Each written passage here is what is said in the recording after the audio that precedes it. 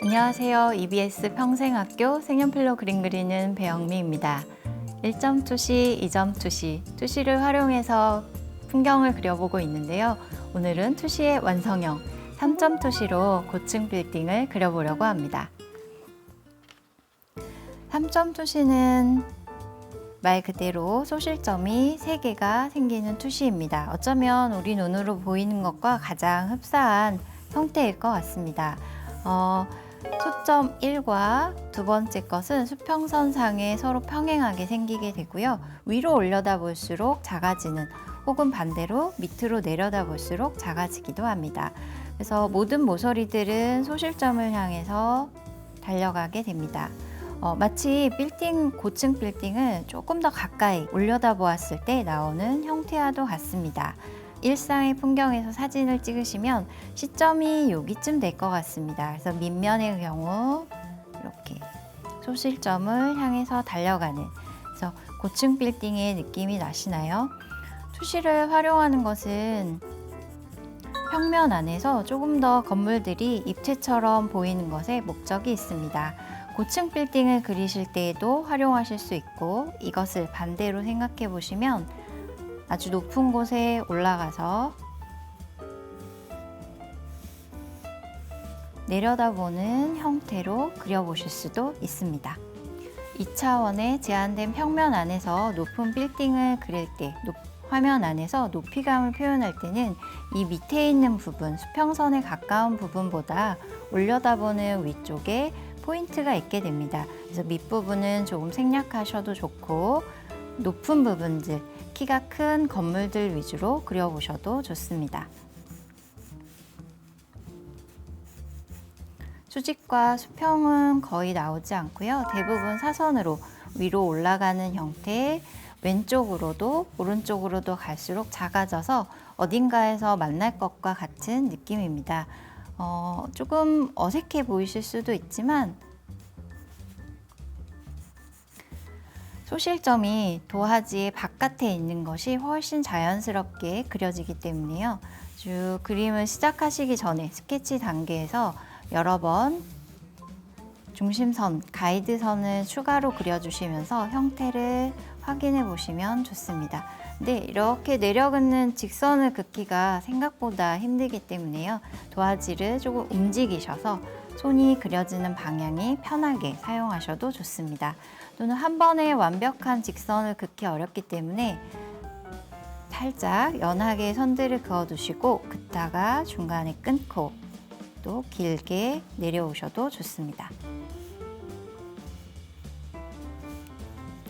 또는 긴 선을 내려오다 좀 옆으로 비켜나갔다. 그럼 삼각형 모양으로 다시 되돌아오셔서 올라가셔도 좋고요. 어두워지는 부분은 선연습, 1강에서 하셨던 제일 첫 번째 선연습으로 처음부터 균일하게 긋는 선들로 어두운 부분을 표현해 줍니다.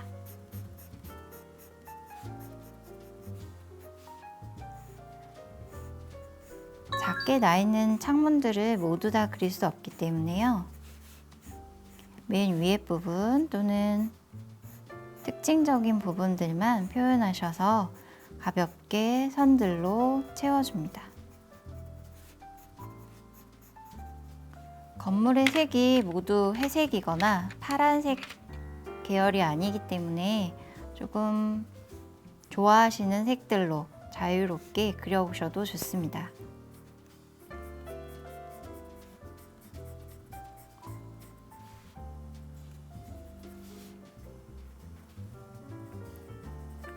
채색하시면서 전체의 건물이 하나의 시점을 향해서 특히 세워져 있는 위로 올라가는 시점이 모두 다 비슷하게 가고 있는지 중간중간 확인해 보는 것이 좋고요. 딱 요 지점까지 선을 그어야 되겠다라기보다 조금 더 길게 선들이 벗어나서 교차점을 찾아가는 것이 안정적인 형태를 그리는 데 도움이 됩니다. 건물은 원하시는 색깔로 다양하게 표현해 보셔도 좋습니다. 건물의 밝은 부분은 빛을 받아서 밝은 부분은 충분히 남겨두고요.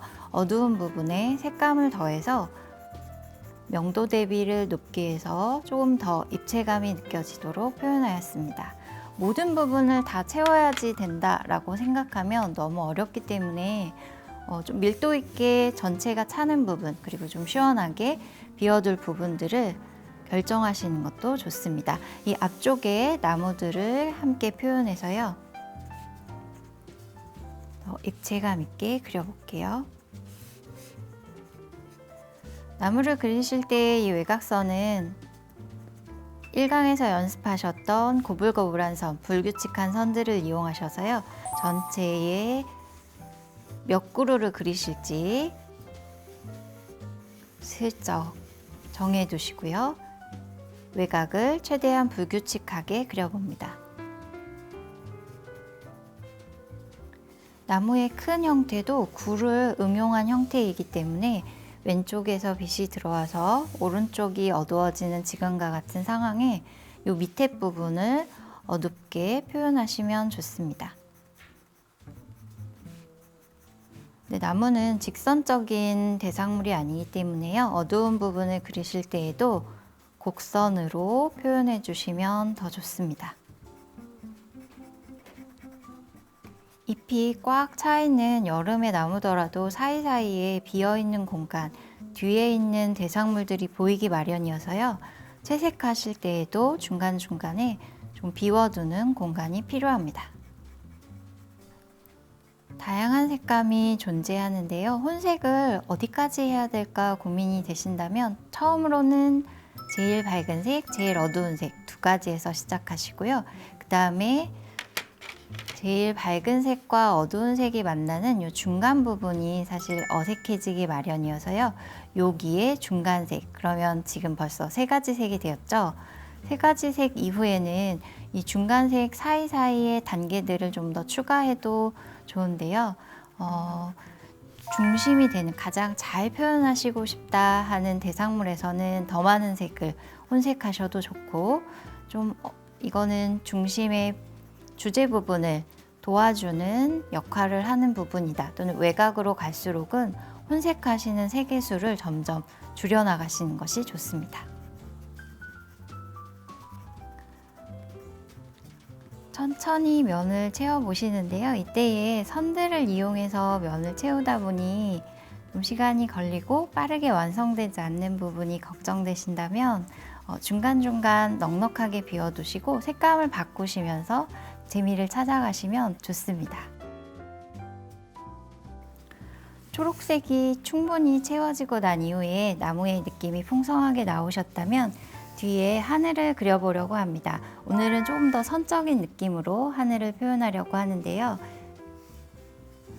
꼭 면을 채워서 구름이 또는 하늘의 파란색이 정확하지 않더라도 직선적인 느낌으로, 마치 동그라미 세모를 좀 길게 늘어뜨리는 느낌으로 선들로만 표현해 보셔도 좋습니다.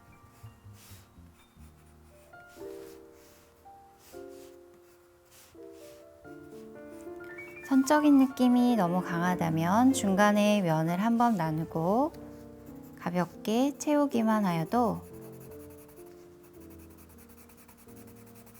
하늘의 느낌을 충분히 표현하시기에 좋습니다. 한 가지 색 대신에 조금 높은 하늘은 살짝 진한 파란색을 이용해서 추가로 선을 그려주고,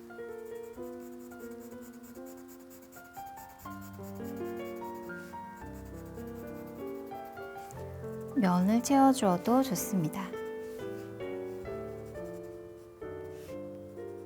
그런데 늘 파란 하늘만 있는 것은 아니니까요, 저녁 시간에 노을 지는 하늘도 같이 그려보도록 하겠습니다. 저녁 시간에 노을이 질 때는 수평선에 가까운 쪽에서 노란색, 주황색, 위로 올라갈수록 분홍색, 그 다음에 약간의 민트색, 파란색까지 순차적으로 다양한 색들이 나오게 되는데요, 맨 아랫부분에 노란색 조금 더 선적으로 그려보셔도 좋습니다.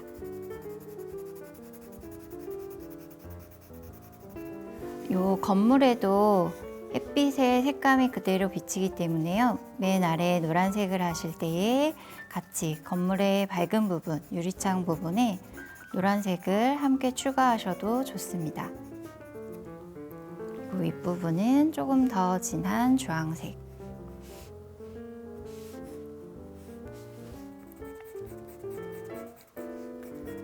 노을 질 때의 하늘은 참 다양한 색감이 있습니다.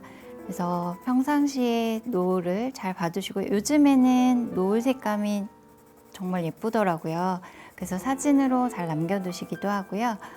매일매일 노을이 달라지기 때문에 그 자리에서 바로 그려보시는 것도 더 도움이 되실 것 같습니다. 생각보다 색깔의 범위가 굉장히 넓어서요. 자주 봐두시는 것, 그림의 시작은 관찰에 있다는 것 기억해 두셔야 좋습니다. 주황색 그리고 핑크색, 그 두 개의 색이 만나는 지점이 있어도 좋습니다. 자연스럽게 색이 변화하기 때문에요. 밑에 색을 사용하고 그 위에 다음 색을 겹쳐 칠하는 것도 효과적입니다. 건물의 앞쪽을 채색하지 않고 비워두었기 때문에요. 지금 하늘에 사용하는 색들을 함께 그려보셔도 좋습니다.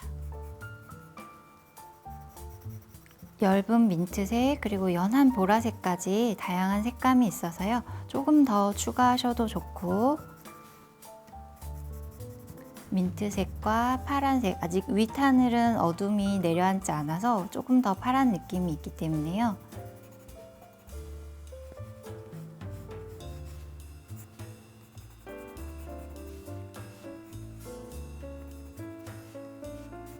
하늘색이 다소 무지개처럼 느껴지실 수도 있지만, 오늘의 하늘은 꼭 구름을 동글동글하게 크게 표현하지 않고요.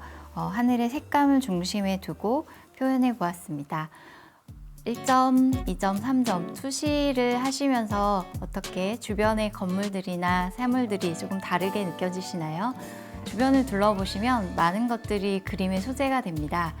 잘 관찰해 보시고 좋아하는 색감을 찾아내시고 그림의 소재들을 좀 더 즐겁게 찾아보시면 좋겠습니다. 오늘은 여기까지 하도록 하겠습니다. 감사합니다.